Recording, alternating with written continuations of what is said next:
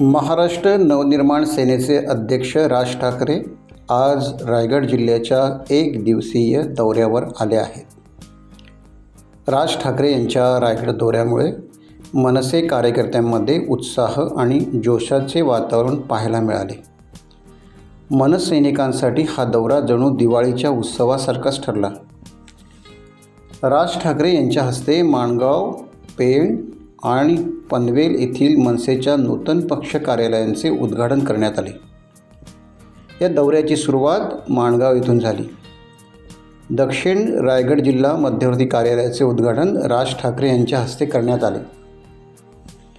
माणगावमधील कार्यक्रमानंतर राज ठाकरे यांनी पेण आणि पनवेल येथील नूतन पक्ष कार्यालयाचे उद्घाटन केले।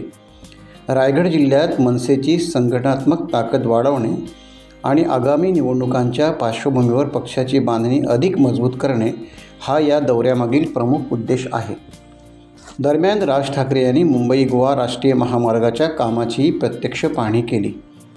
संबंधित अधिकाऱ्यांसोबत त्यांनी महामार्गाच्या कामाचा आढावा घेतला। वाहतूक कोंडी आणि अपूर्ण कामामुळे सातत्याने चर्चेत असलेल्या माणगाव बायपासची त्यांनी विशेष पाहणी केली। या दौऱ्यात राज ठाकरे यांनी रायगड जिल्ह्यातील पदाधिकारी आणि मनसैनिकांसाठी संवाद साधला। आगामी काळातील पक्षाची रणनीती आणि संघटनात्मक कामकाजाबाबत त्यांनी पदाधिकाऱ्यांना मार्गदर्शन केले। यावेळी राज ठाकरे यांनी पत्रकार परिषद घेऊन विविध मुद्द्यावर मनसेची भूमिकाही स्पष्ट केली, तसेच पत्रकारांच्या प्रश्नांना उत्तरे दिली। राज ठाकरे यांच्या रायगड दौऱ्यामुळे जिल्ह्यातील मनसैनिकांमध्ये मोठा उत्साह आणि जोश निर्माण झाला असून त्यांच्या स्वागतासाठी मनसेकडून जोरदार तयारी करण्यात आली।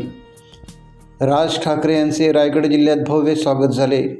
टाइम्स डिजिटलला लाईक करा, शेअर करा, सबस्क्राईब करा आणि बेल आयकॉन दाबायला विसरू नका। Times digital.